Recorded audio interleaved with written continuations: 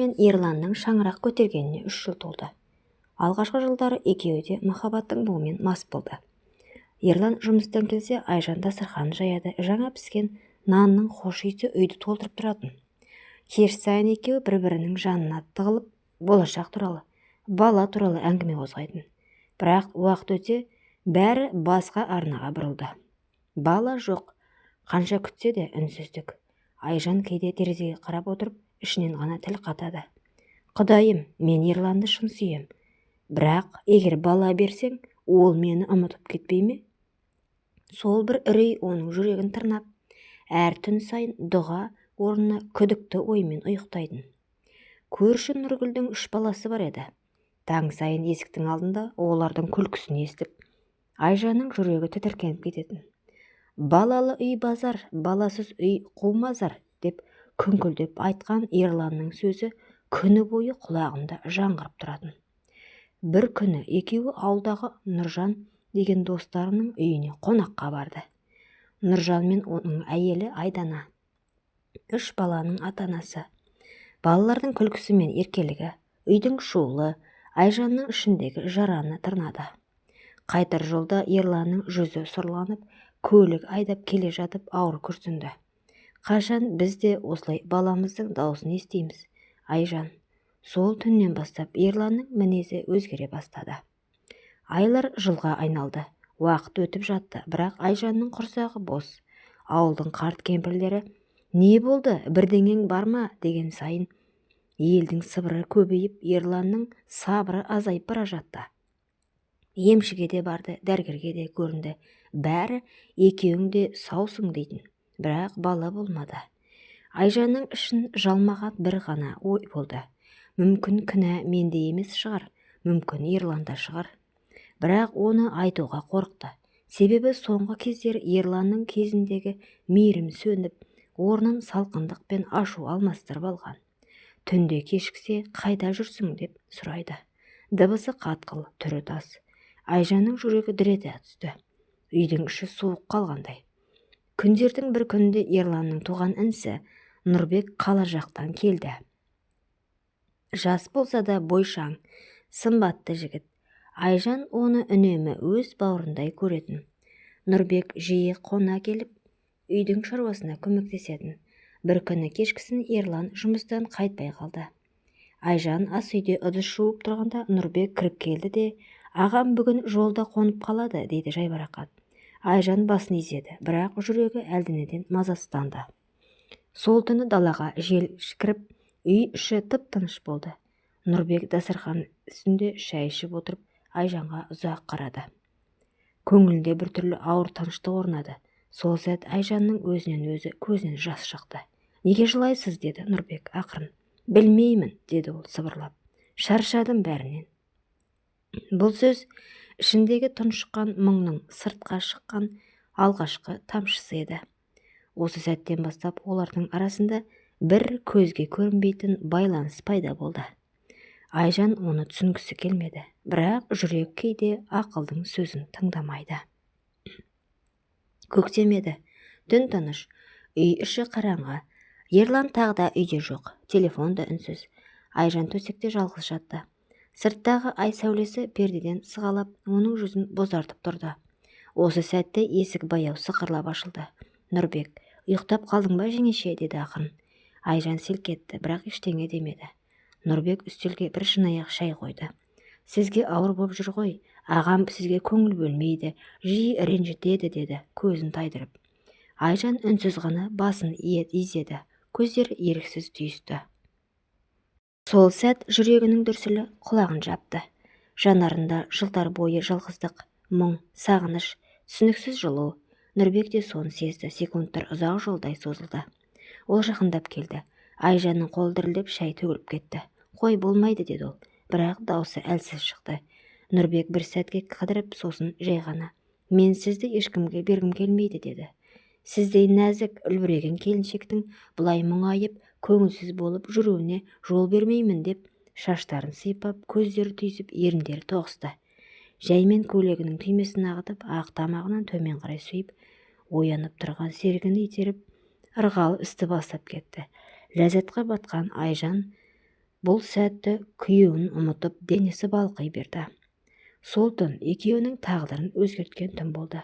Айжан ертеңінде айнаға қарап тұрып өзін танымай қалды. Кезінде ұят, қорқыныш, бірақ біртүрлі тыныштық бар еді. Жаны бір сәтке тыныштық тапқандай. Бірақ дәл сол сәттен бастап кінә атты түнек оның жанына мықтап қонып алды. Қайта бұрынғыдай болу енді мүмкін емес еді.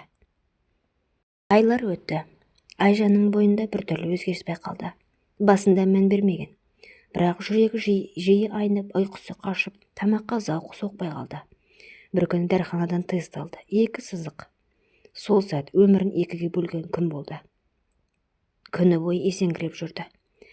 Құдайдан бала тілеген жылдары көз алдында тізіліп өтті. Кешкі намаздан кейін иығына шәліт жамылып тізерліп отырды. Жаратқан, сен менің тілегімді қабыл еттің, бірақ неге дәл осылай? Дауысы дірілдеп, жас бетін жуып кетті. Ерлан бұл жаңалықты естігенде көзіне жас іркілді. Аспа, Айжан, деді, қуаныштан көзі жайнап. Айжан күлімсіреді, бірақ күлкісінде қуаныштан гөрі қорқыныш көп еді. Ерлан оны құшақтап алып, айналып толғанды. Сол күннен бастап оның мінезі де өзгерді. Кеше ғана айғайлап ұрсып жүрген еркек енді әйелінің әр қимылына көз салып, әр тәбетіне қуанып жүрді. Айжан үшін бұл қуаныш емес, азапқа айналды. Кеудесінде кінә, ішінде қорқыныш. Нұрбек болса ауылдан кетіп қалған. Айжан оны соңғы рет көргенде оның көзінде үнсіздік, өкініш бар еді. Сіз бақытты болыңыз деген еді кетерінде. Бірақ бақыттың ізі Айжанның өмірінен баяғыда өшкен екен. Күніне 10 рет күліп, түн сайын 10 рет жылап жүрді. Бала көтергеніне қуанғанымен шындықтың салмағы күн сайын жанын езді. Құрсағындағы тіршілік Құдайдың сыйы ма, әлде жазасы ма, бұны тек уақыт қана көрсететін еді. Айлар сырғып өтті. Айжанның іші үлкейіп, жүзі нұрланып келе жатты. Ерлан болса бұрынғыдан да мейірімді. Әйелінің аяқ ауыр екенін мақтаныш көріп, елге Айжан екеуміз көп күттік қой, енді Алла жар болды бізге, баламыз болатын болды деп жүрді. Айжанның жүрегі тыныш емес еді. Түн сайын оянып кетеді. Түсінде бір ғана жүз көрінеді, Нұрбек. Ол үнсіз тұрып, әрқашан бір сөз айтады. Бұл баланың кінәсі жоқ, Айжан. Айжан шошып оянып, жүрегін ұстайды. Күйеуінің қасында жатқан ұялып, теріс айналып жылайтын. Ол енді күнәсін тек өз жүрегінде ғана емес, өз құрсағында да сезінетін. Бір күні Ерланның шешесі келді.